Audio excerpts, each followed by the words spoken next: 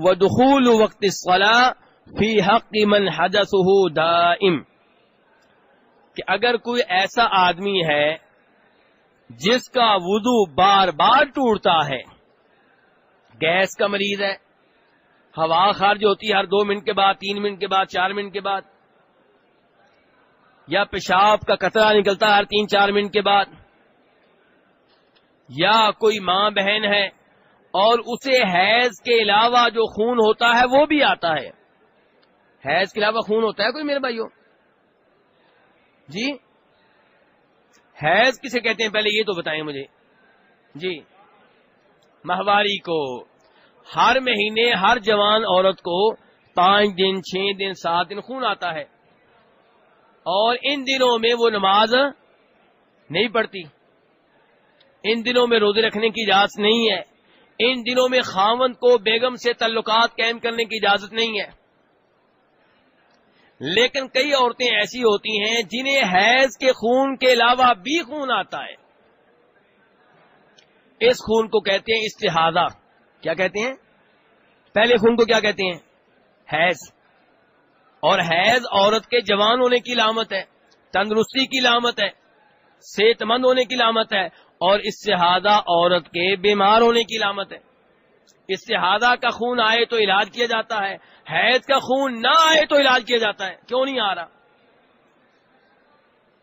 تو استحاضہ کا خون اگر کسی عورت کو آتا ہے تو ان دنوں وہ نماز پڑھے گی کہ نہیں پڑھے گی؟ پڑھے گی۔ اب وضو کیسے کرے گی یہ بتانے لگے ہیں کتاب کے مؤلف، کہ اگر کسی عورت کو استحاضہ کا خون آتا ہے، کسی مرد کو مذی کے قطرے بار بار آتے ہیں، کسی مرد یا عورت کو پیشاب کے قطرے بار بار آتے ہیں، کوئی گیس کا مریض ہے، ہوا بار بار نکلتی ہے، ایک نماز بھی خیریت سے نہیں پڑھ سکتے، تو ایسے لوگوں کے لیے وضو کے لیے شرط یہ ہے کہ تب وضو کریں جب نماز کا ٹائم ہو جائے۔ زور کی نماز پڑھنے لگے ہیں، صبح 9 بجے وضو کر لیں تو یہ وضو زور کے ٹائم کام نہیں آئے گا۔ 9 بجے وضو کیا، اس کے ساتھ آپ نفل پڑھ لیں، چاش کی نماز پڑھ لیں، لیکن وہ وضو زور کے ٹائم کام، ایسا میرے ساتھ ہی ہے نا آپ، وہ وضو زور کے ٹائم کام نہیں آئے گا۔ زور کی نماز پڑھنے کے لیے آپ دوبارہ اس وقت وضو کریں جب زور کا ٹائم شروع ہو جائے۔ یہ کس کی بات ہو رہی ہے؟ جس کا وضو مسلسل ٹوٹتا ہے، جس کا وضو مسلسل ٹوٹتا ہے۔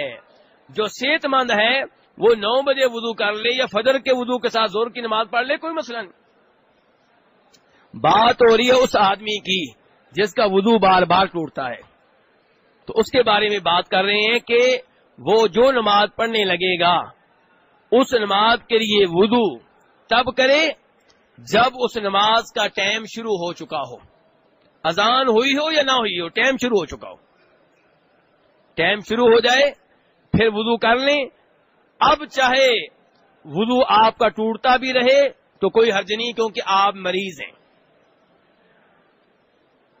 جسے گیس کا مسئلہ ہے، ہوا خارج ہوتی ہے، وہ زور کے ٹائم وضو کر لیتا ہے، اس کے بعد وضو کے فوراً بعد ہوا نکلنا شروع ہو گئی، راستے میں ہوا نکل رہی ہے، نماز شروع کی ہوا نکل رہی ہے، کوئی مسئلہ نہیں، مریض ہے۔